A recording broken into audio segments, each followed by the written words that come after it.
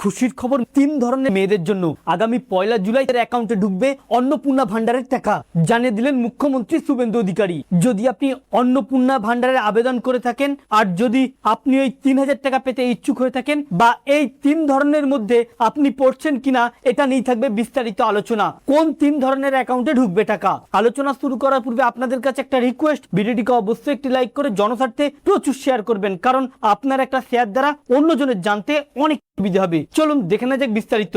তো ফ্রেন্ডস, ইতিমধ্যে বাজেটে 36,000 কোটি টাকা বরাদ্দ করা হয়েছে অন্নপূর্ণা ভান্ডারে। যদি হিসাব করে দেখা যায় তাহলে গোটা রাজ্য জুড়ে টোটাল পাবে 1 কোটি মহিলা। আর 1 জুন থেকে ঊর্ধ্বে ফর্ম ফিল আপ করা হয়েছে অন্নপূর্ণা ভান্ডারে। রাজ্য সরকারের বরাদ্দ এবং হিসাব অনুপাতে প্রচুর সংখ্যক মহিলা বাদ যাবে। আর এই যে 1 কোটি মহিলা অন্নপূর্ণা ভান্ডারের টাকা পাবে, আর যারা অনলাইনে ফিল আপ করেছে তারা সকলেই যে অন্নপূর্ণা ভান্ডারের টাকা পাবে এমন বিষয় নয়, এটা স্পষ্ট করে জানিয়ে দিয়েছে মুখ্যমন্ত্রী। শুধু অন্নপূর্ণা ভান্ডার নয়, বিজেপি সরকারের আমলে প্রত্যেকটি প্রকল্পেই ঝাড়াই বাছাই চলবে। আর আগামী 1 জুলাই থেকে 3 ধরনের মেয়েরাই পাবে অন্নপূর্ণা ভান্ডারের টাকা। প্রথমত, এখনো পর্যন্ত রাজ্য সরকারের একাধিক শর্ত জারি করা হয়েছে অন্নপূর্ণা ভান্ডারের টাকা পেতে, যা আপনারা অনেকেই জেনে গিয়েছেন। আর এটা করার উদ্দেশ্য হচ্ছে এটাই, যাতে এই রাজ্যে প্রকৃতপক্ষে যারা গরিব এবং মধ্যবিত্ত, তারা যারা প্রকৃত পাওয়ার যোগ্য তারাই যেন পায়।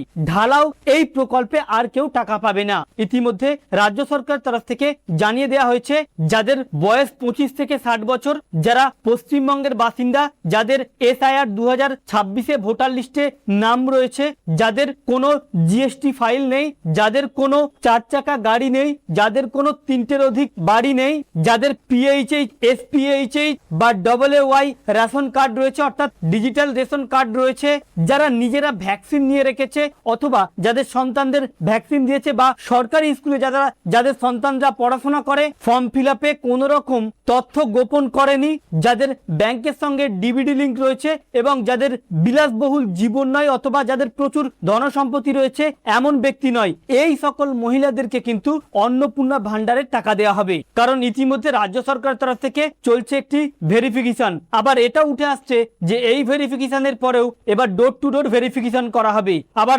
অনেকে ইতিমধ্যেই কিন্তু আমরা দেখেছি আশা কর্মীরা বাড়িতে আয়ুষ্মান ভারত একটি ফর্ম নিয়ে যাচ্ছে, ওই ফর্মের পিছনেও কিন্তু অন্নপূর্ণা যোজনার একটি কলম রয়েছে।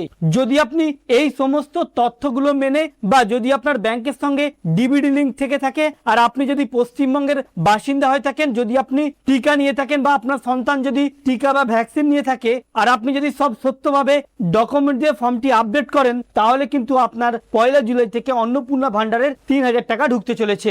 এরপরেও যদি কোনো মহিলার অ্যাকাউন্টে টাকা না ঢুকে থাকে, তাহলে তাদের জন্য রয়েছে, তারা সরাসরি বিডিও অফিসে যোগাযোগ করতে পারে এবং অন্নপূর্ণা ভান্ডারের একটি অ্যাপ্লিকেশন চেক করার অপশন আছে, এখান দিয়ে আপনারা অ্যাপ্লিকেশন স্ট্যাটাস চেক করতে পারবেন। তো ফ্রেন্ডস, এই ছিল মূলত মুখ্যমন্ত্রী শুভেন্দু অধিকারী বড় পদক্ষেপ। যদি আপনি সঠিকভাবে ফর্ম ফিল আপ করে থাকেন তাহলে অপেক্ষা করুন, 1 জুলাই থেকেই আপনার অ্যাকাউন্টে ঢুকবে টাকা। আমাদের উদ্দেশ্য ছিল এই আপডেটটি আপনাদের সামনে উপস্থাপন করা, যাতে আপনাদের জানতে সুবিধা হয়ে থাকে। ভালো লেগে থাকলে ভিডিওটিকে অবশ্যই লাইক করে শেয়ার করবেন। Thank you friends, thank you for watching.